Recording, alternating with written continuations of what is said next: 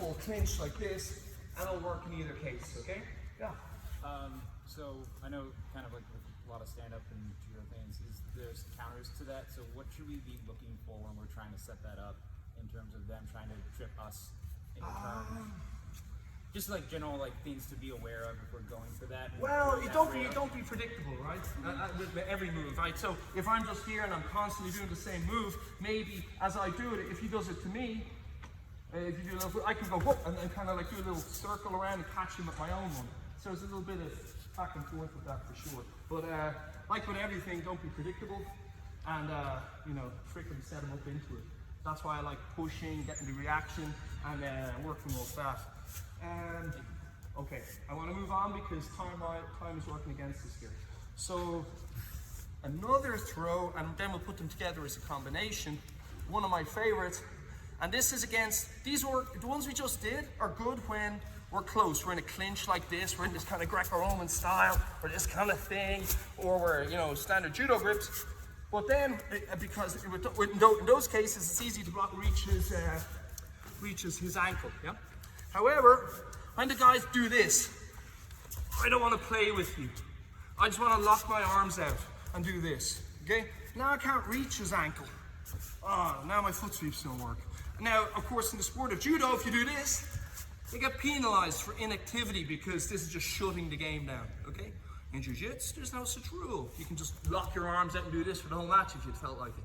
So for this one, we're going to alter essentially the same throw, but same but different. It's the same title.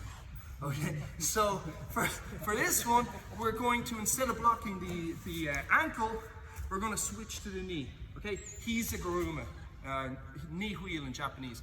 And this one, again, it's called a knee wheel, well, because we're blocking the knee, same kind of thing, but also it's a wheel or circular movement. So for this one, we can be here, and he's locking me out. So now, the one I just did, I can't reach, he's too far away, okay? So instead, same thing again, we're down like this. I like to circle them a little bit, watch the knee.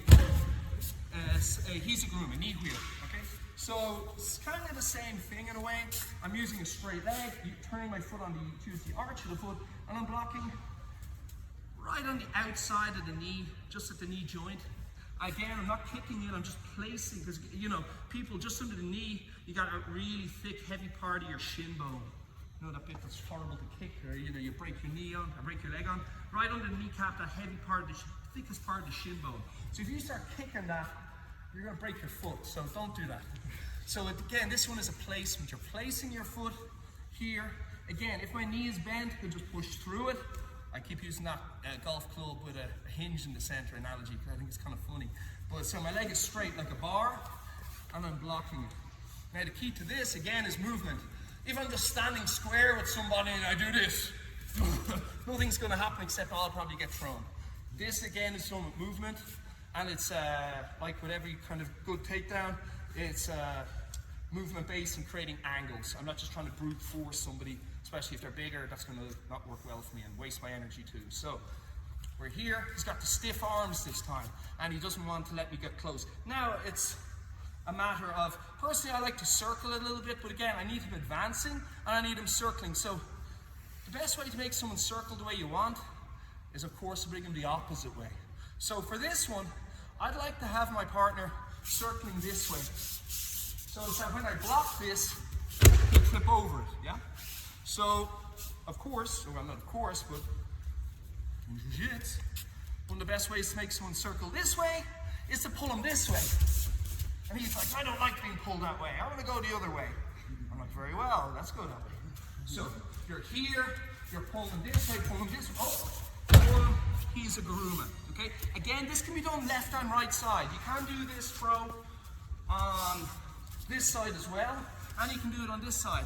However, I usually prefer to do it on this side because I have control on the sleeve on this side, so it's that bit more difficult for him to let go and grab my leg. Yeah? Whereas if I start doing it a lot on this side, that can sometimes happen. Yeah? But for sure you can do it on the collar side, but just be aware there's a higher risk of leg grabs. So what I'll typically do is, I'll start to wheel him this way, drag him, feel the resistance, the butt. Hizaguruma back this way. Okay? It's very strong pull on this side is essential. And something about pulling. If you keep your heads forward, you can pull this far. It's not very far. But if you turn your head, my coach always used to say, check the time on your watch. Maybe you've heard that one, right? So if I turn my head, then my thoracic spine can turn, my shoulders can turn, and I get a much bigger pull. So a pull that, if I'm looking at him, I like him so much, I'm looking in the eye, I can pull this far, okay? Not very far at all. Whereas if I turn my head, I can pull up all the way to here. Huge difference, that's about a meter difference in the pull, okay? So when you're pulling, don't just do this, that's no use. Might be lucky, but not usually. So this, no good, turn your head in a big pull, big rotation through your upper body. So I'm here, circle, circle, circle, circle, big pull, oh God. There we go. Whew. Yes? For the Noki, do you want like an overhook or a wrist grip? Yeah, something similar, you know, I might go here, I might go for one of those Lego man grips on the elbow, you know, that's a good question. I won't strip all for you just yet, but if you get a Lego man grip, yeah, and you grab your bicep, and then you slide down, the first waypoint is the two epicondyles of the elbow, little lumps that your forearm extensors and flexors insert into, those two little lumps at the elbow. So you get your Lego man grip, boom, slide down, you'll find that little stopper there. And usually that's enough to get a decent little pull on somebody. If you miss that, the next stop is the wrist. Okay, because you're not going to hold that on the slippy wrist, or slippy forearm. So ideally, boom, here is a good grip, and then some kind of forearm. Alternatively, you could go one of these fellas, maybe you go for one of these fellas, whatever you're having yourself, you know. But some kind of grip on this side so that you can pull them out into space. Can work on a wrist grip, but I think the further up near the torso you get, the more control you have, I believe. If I have an idea with the jacket, you have a seam running up here against the jacket, I like to grab this kind of grip again, where the seam is, and then I rotate my wrist a little bit and see how that winds the material, and I have decent control then at the joint side.